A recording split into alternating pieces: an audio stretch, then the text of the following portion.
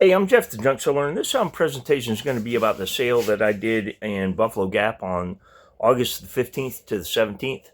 I arrived out there a couple of days early. I went and stayed at Abilene State Park, but I wanted to shop a couple of estate sales and garage sales leading into going to the market. And one of the sales, I drove 80 miles um, one way just to go to an estate sale where the woman there, her favorite price must have been $40, or the multiples were 40 and $80. Everything was either 40 or $80, and everything was overpriced. I was able to find a minnow bucket that I paid $10 for that I'll probably get $25 for. But I can't make any profit, with those putting in that kind of miles to pick up that amount of material. But I made it to an estate sale the next day. I was about 15 minutes early to the sale. I was a little perturbed because people were already carrying away stuff. I was early and the sale table was full of stuff. I went, both of these sales had what looked like potentially would have been sterling silver in the sale. And when I get there, the stuff that I'm actually going for was no longer there. And I'm almost certain that one of them it did produce silver. This second one, I think had silver in it. But I ended up buying a thread caddy, a piece of trainware, British. It's pretty cool. It's and they carry pretty good prices. I don't think that I'll get what most of them go for because mine have some slight condition issues and it needs some repair work done to it. I got a marquetry box that I sold already at Abilene at a slight profit. There was a small ivory elephant that was only $5. I'll make $30 on that or so. And then I got a small bag of Boy Scout patches. But on the way back to Buffalo Gap, I passed through a town and I ventured off of the highway to see if I couldn't find some garage sale signs.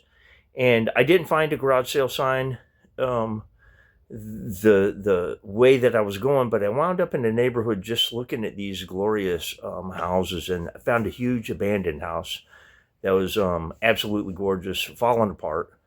But and when I'm at that place taking this photograph, I turn and there is a sign for a garage sale, and I get to that garage sale. It's just right up the street. There were very few signs for this sale, and but I get to it, and the guy sells me. I get a whole mess of stuff for like $15 or $17. I got some mid-century modern wire stands, a little record holder for 45s, and I think the record holder was like $2. For everything that I got, I think I paid like $16 or $17. I got a $2 glass bowl that looks like Blinko. Don't know what it is, but it's got an acid etched crown mark in the bottom of it. Still haven't been able to figure it out. I've shown it to a few people and nobody seems to know. The dominoes that were made in Waco, those are always really good sellers. I sold those already.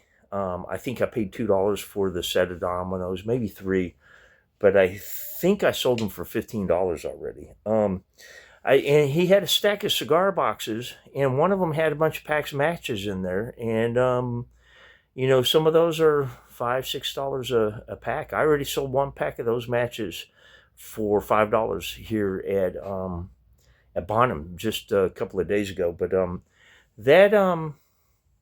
all of those matches and cigar boxes cost me a whole $1. And then I got the galvanized oil can. But he mentioned that he had a shop. I asked him if he had any old photographs or old postcards, and he told me that he did, that they were in his shop just around the corner. And we wound up going there, and the postcards were marked $3 a piece. And I went through them. I found several RPOs, RMS, that's Railroad Post Office or Railroad Mail Service postmarks. And then I found a whole bunch of them that were marked McKinley, Minnesota. And that happens to be a discontinued post office, which makes them, there's another aspect of collectability associated with that. And I've got to go back because I left behind a whole bunch of them with that postmark. But he told me to make him an offer. I picked out 40 postcards, and I offered him $40 for them. He had bought these at an auction in Dallas, and at $40, he was tickled with that price because he was making money on it already. But there's quite a few good postcards in there. There are some real photo postcards that will bring pretty good prices on eBay. Some mining stuff from Minnesota. I think they were the iron mines. There's some Black Americana cards. I won't be able to sell those on eBay, but they still bring a pretty good price. And generally, it's black people that buy that stuff from me. They see the humor in it. They don't think that it's derogatory at all. Many of them, anyway. I have met some people that are offended by it, a few, but they're a distinct minority. But there is a gold dust card in there that's absolutely fantastic, and this is a fairly rare card, and it is a much talked about card. And I suspect that that's probably a $300 postcard, just because of the amount of attention that it gets whenever you put it out. I couldn't find any comps on it. It's one of the things that they consider this institutional racism. I don't know that it is. It's just black children in a card, in an illustration. But anyway, I got those. That postcard purchase was worth the whole trip out there. But I get set up out at Buffalo Gap, and my neighbor that was next to me that had sold me the silver rounds at too low of a price. He had promised to bring some silver coins. He had a whole bunch of silver that he called out of circulation, and unfortunately, he decided he needed money or something and went and took them to a coin shop and got way more money than he would have been offering for sale out there. And he was, I think, a bit perplexed about how much money that he actually got for those. But that was one of the reasons that I was making it out to Buffalo Gap again. The other reason that I was going is there was a Mexican man. He didn't speak any English, but he had a woman with him that it was translated for us. And he was super stoked to find Confederate currency in my display case. And he apologized for not being prepared when he came there, wanted to know that I was going to be there the next month.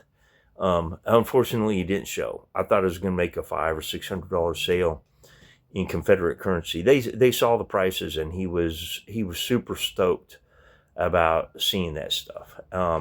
Neither of those things happened, but my neighbor who had sold the silver to me, he has developed a little side hustle where a bunch of the elderly people, his neighbors, are having him clean out garages and storage sheds and this kind of stuff, and he's buying stuff from them. And he had bought a cup. It was a silver cup. I don't know that he knew that it was silver. It's definitely coin silver, though. I could tell by looking at it, just the style of it. But it was, I can't remember the name of the silversmith. It's here in the picture, but the silversmith, I believe he worked from 1842 to 1855. And my neighbor told me he wanted $50 for it, and I just went ahead and paid him. And then got it cleaned up a little bit and got it on scale. And it was 100 grams, which, that makes it about $100 worth of silver. I got discount silver from my next door neighbor again.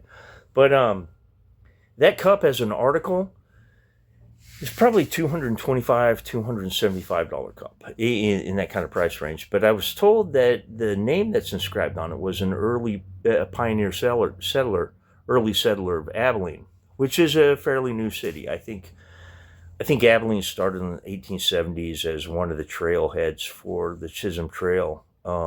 It's not that old of a city, and it very well could have been. And if it was somebody of note, that cup could have been worth quite a bit more money. But I got on Find a Grave and I Googled the name, or just entered the name in Find a Grave. It's a website on the internet, and it came back that that person had passed away and was buried. I think that person passed away in like the 1890s and was buried in Massachusetts. Well, to me, that meant that they never made it to Abilene, because back then they didn't ship a body all the way across country just to bury it. They buried you where you died. But anyway, still a pretty good cup. Probably going to get $200 out of it. I only paid $50 for it. I cleaned it up a little bit. It's likely going to be backstocked for a long time, because I don't sell at the kind of venues where I can get a reasonable price for that. Everybody's going to be trying to get it from me for even less than I paid for it. But he having that kind of connection, that's going to be pretty substantial. I believe that he's going to be able to bring me more stuff, and I got to get to the one shop and get all the McKinley postmarked postcards that are there. But it just goes to show that as much planning as I did, to go and try the estate sales and all that other stuff, it was just a fluke. That it was the little flukes that made me all the money. The trying to meet the guy to sell Confederate money, that didn't work out. Buying the silver coins didn't work out. Got the silver cup. The state sales were a wash, but I still stumbled into a guy with some pretty remarkable postcards. And that kind of fluidity, that kind of openness to exploration, that's what makes most picks successul. But if you've enjoyed this presentation, then please view some of my other material. And if you've enjoyed that as well, then please subscribe. But thank you for viewing.